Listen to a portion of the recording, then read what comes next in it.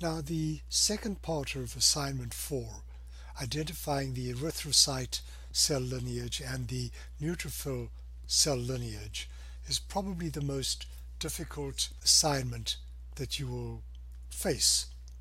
And so I want to spend a couple of minutes just giving you some tips on where to look on this slide of bone marrow in order to most efficiently and easily find the areas where you will find the cells you're interested in.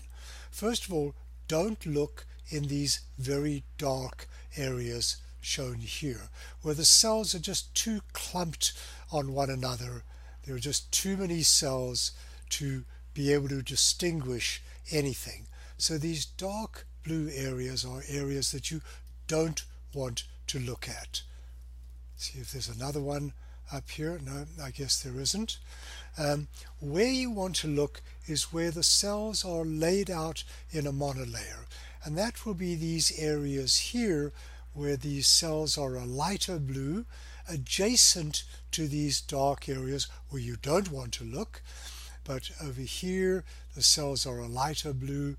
Over here you can look, and if we look down at this area here, avoid these dark areas, look at these lighter areas where the cells are laid out in more of a monolayer. So let's go up to a slightly higher magnification here and look at one of these areas, maybe to an even higher magnification.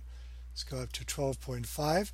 I'm not going to find your cells for you, but I just want you to see, if this ever goes, that these are the areas here where you will find the cells nicely laid out in a monolayer, so that you will be able to easily find even somewhere here. Let's go down to this area here and take a moment to come back. Don't look at these areas here. Here there are probably too few cells for you to look at. Here there are way too few cells for you to look at. But if we go across, there's not too much here. This might be an area to look at. Let's look over here. Nope, nothing there. Not enough cells to make it worthwhile looking there. Go up to this area up here. There's a nice area. You can see, avoid these dark areas, but here would be a very productive area for you to look at. As a matter of fact, this is probably a megakaryocyte. This is probably a megakaryocyte here. Nice areas to look here. So the long and the short of it is, avoid these very dark areas. Avoid areas where there are very few cells like this. Look at these areas where the cells are spread out in pretty much of a monolayer, and looking around in these areas, I have no doubt that you will be able to find cells that you need to find to fulfill. This is a nice area around here to fulfill the requirements of this assignment. Additionally, I suggest you look at the very last YouTube video that I put up in the review session for the final exam, the one entitled Hematopoiesis. I think it's called Identifying the Cells, because there I have some tips on how to look at the various and where to start and how to progress in order to find the various cells.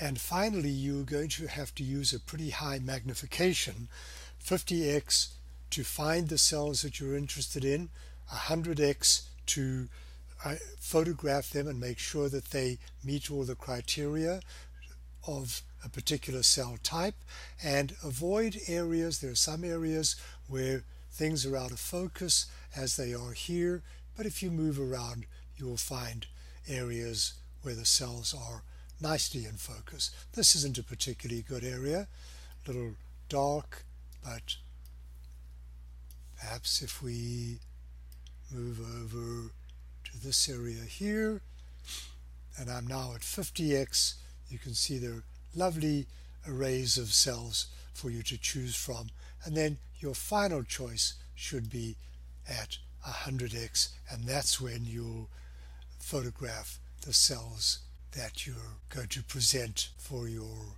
assignment. Spend some time looking around. Don't just try and do this too quickly, but when you find an area that looks good, take a photograph of it and then have it on your desktop.